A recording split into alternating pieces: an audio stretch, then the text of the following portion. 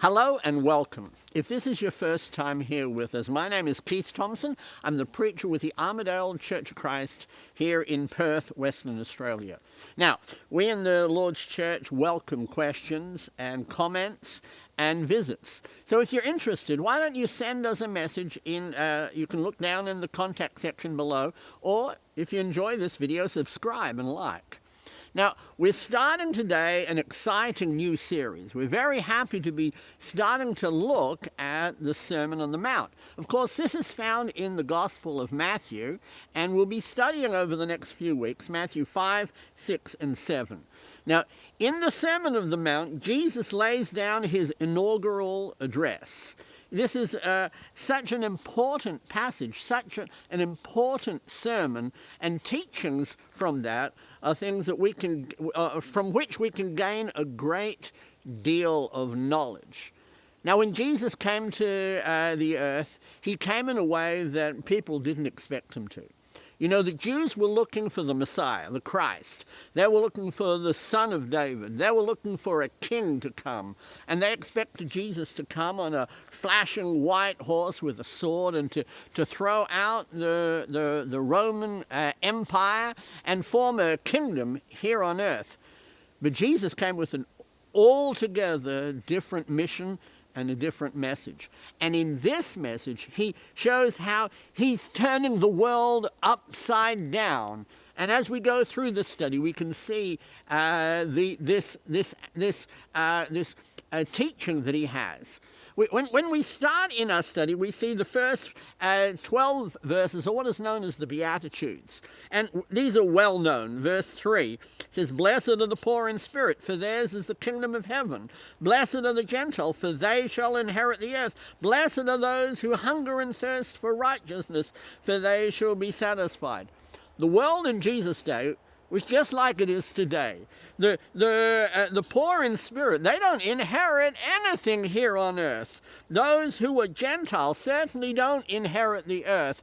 The world tells us you've got to be strong, you've got to be fighters, you've got to stick up for yourself.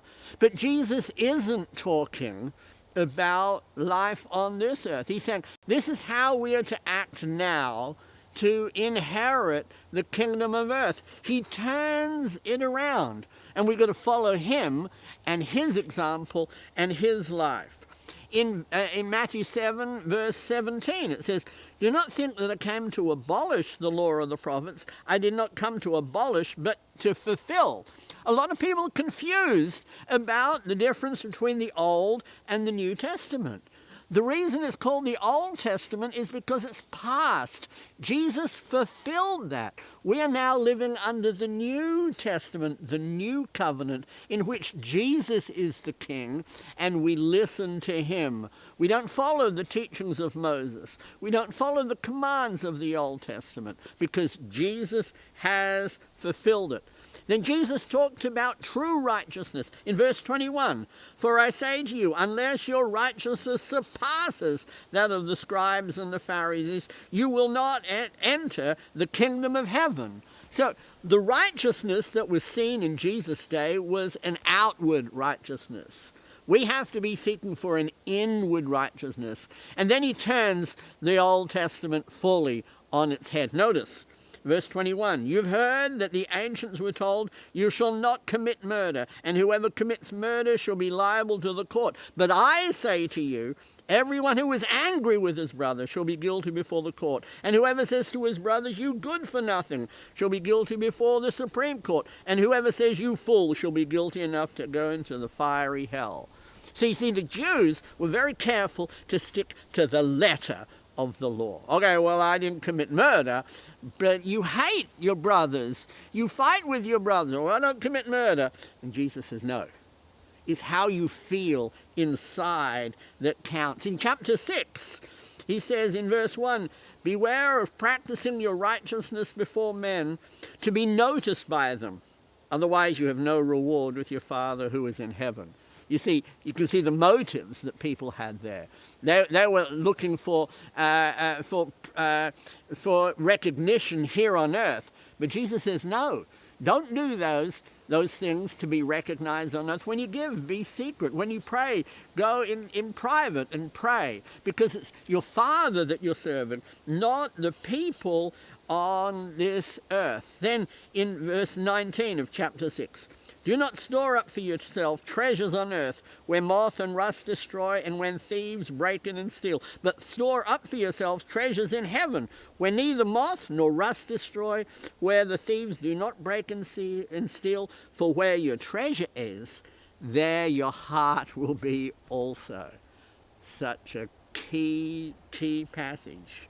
In chapter 7, verses 13 and 14, he says, enter through the narrow gate, for the way is wide, and for the gate is wide, and the way is broad that leads to destruction, and many are those who enter through it. For the gate is small, and the way is narrow that leads to life, and there are few who find it.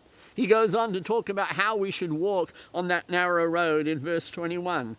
Where he says, not everyone who says to me, Lord, Lord, will enter the kingdom of heaven, but he who does the will of the Father who is in heaven. It's not what we say that matters, it's what we do. We've got to be loving, we've got to be obedient, and we've got to be respectful to God and put him first. Then the whole sermon finishes with this parable about two men.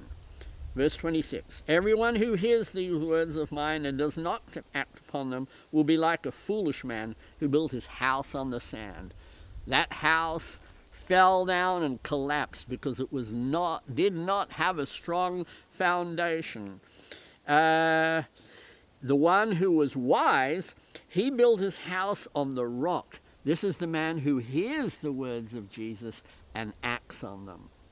Well, this is a very quick summary of the Sermon of the Mount. Now, what we're going to do is we're going to invite you to come back each week as we continue in depth into this great sermon. I'm really looking forward to this. I'm going to love this study, and I hope you do. So, come back next week and join us as we continue on the study. Thank you, and we hope to see you next time. Goodbye.